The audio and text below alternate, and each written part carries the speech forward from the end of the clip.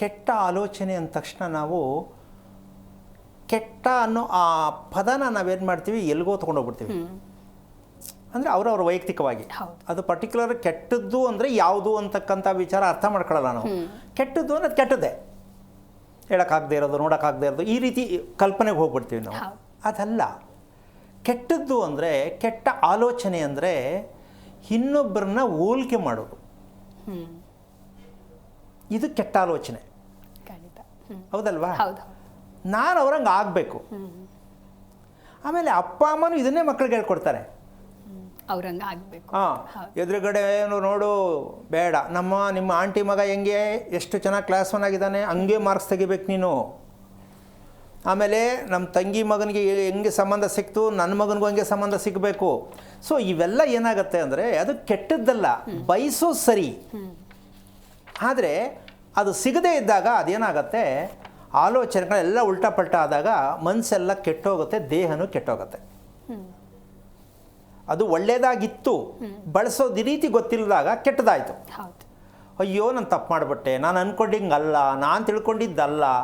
So ಅಷ್ಟರೊಳಗಡೆ ಏನಾಗುತ್ತೆ, ಅದು ಕೆಟ್ಟದಾಗಿ ಇವ್ರನ್ನೇ ರಿವರ್ಸ್ ಮಾಡುತ್ತೆ. ಇದಕ್ಕೆ ನಾವು ಒಂದನ್ನು ಮೊದಲು ಅರ್ಥ ಮಾಡ್ಕೋಬೇಕು. ಒಂದು ಮಗು ಹುಟ್ಟತ್ತೆ, ಮಾಮೂಲಿಯಾಗಿ ಒಂದು ಮಗು ಹುಟ್ಟಿದಾಗ ಪ್ರತಿಯೊಂದು ತಾಯಿ ತಂದೆ ಏನು ಕಲ್ಪನೆ ಇರೋದೆ, ಮಗು ಹುಟ್ಟಿದ ಮೇಲೆ ಮುಂದೆ ನಾವು ಮಗುನ ಹೀಗೆ ಮಾಡಬೇಕು, ಅಲ್ಲಿಂದನೇ ಶುರುವಾಗುತ್ತೆ. ಈಗ ಆ ಮಗು ಏನಾಗಿದೆ, ಏನಾಗಬೇಕು ಅನ್ನೋದು ಮಗುವಿಗೆ ಸೇರಿದ್ದು, ಇವ್ರಿಗಲ್ಲ. ನಾನೇನಾಗಬೇಕು ಅನ್ನೋದು ಮಗುವಿಗೆ ಸೇರಿದ್ದದು. ಇವರು ಅದನ್ನು ಗೊತ್ತಿಲ್ಲದೆ ಇರತಕ್ಕಂಥ ರೀತಿಯಲ್ಲಿ ಇವರು ತಲೆ ಮೇಲೆ ಹಾಕೋತಾರೆ. ಮದುವೆ ಮಾಡ್ಕೊಂಡಾಗಲೂ ಅಷ್ಟೇ, ನನ್ನ ಹೆಂಡ್ತೀನಿ ಹಿಂಗೆ ನೋಡ್ಕೋಬೇಕು, ನನ್ನ ಹೆಂಡ್ತೀನಿ ಹಿಂಗೆ ಇಟ್ಕೋಬೇಕಂತ. ಹೆಂಡ್ತಿನೂ ಅನ್ಕೋತಾಳೆ ನನ್ನ ಗಂಡ ಅಂದರೆ ಈ ಥರ ಇರಬೇಕು ಅಂತ.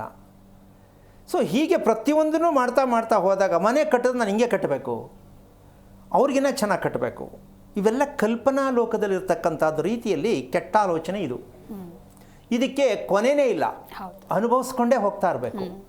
ಸೊ ಈ ಅಭ್ಯಾಸ ನಮಗೆ ಬೇಕಾ ಅಂತ ನೀವೇ ತೀರ್ಮಾನ ಮಾಡಬೇಕು. ಕಾರ್ಯಕ್ರಮ ನೋಡ್ತಾ ಇರ್ತಕ್ಕಂಥ ವೀಕ್ಷಕರಿಗೆ ಒಂದು ವಿಚಾರ ಏನಪ್ಪ ಅಂದರೆ, ಇನ್ನೊಬ್ಬರ ವಿಚಾರದಲ್ಲಿ ಮಗು ನಮ್ಮದೇ, ಗಂಡ ನಮ್ಮದೇ, ಹೆಂಡತಿ ನಮ್ಮದೇ, ಕುಟುಂಬ ನಮ್ಮದೇ, ಮನೆ ನಮ್ಮದೇ, ಜೀವನ ನಮ್ಮದೇ, ದೇಶ ನಮ್ಮದೇ, ಫೈನ್. ನಮ್ಮದೇ ಅನ್ನೋದಕ್ಕೆ ಉತ್ತರ ಬೇಕು. ನಮ್ಮದು ಅಂತ ನಾವು ಹೇಳ್ತಿದ್ದೀವಲ್ಲ, ಆ ನಮ್ಮದು ಅನ್ನೋದಕ್ಕೆ ನಮಗೆ ಉತ್ತರ ಸಿಕ್ಕಿಬಿಟ್ರೆ ಇನ್ನೊಬ್ಬನ ಹೋಲಿಕೆ ಅವಶ್ಯಕತೆ ಇಲ್ಲ. ನಾನು ಚೆನ್ನಾಗಿದ್ದೀನಿ ಅಲ್ವಾ? ಇದು ಯಾಕೆ ನಮ್ಗೆ ಆಗ್ತಾ ಇಲ್ಲ, ಯಾಕೆ ಸಿಗ್ತಾ ಇಲ್ಲ, ಯಾಕೆ ಗೊತ್ತಾಗ್ತಾ ಇಲ್ಲ, ಯಾಕೆ ಯಾರು ಹೇಳ್ತಾ ಇಲ್ಲ? ಇದರಲ್ಲಿ ಯಾವುದು ಬೇಕಾದ್ರೂ ನಿಮ್ಮದಾಗಿರ್ಬೋದು.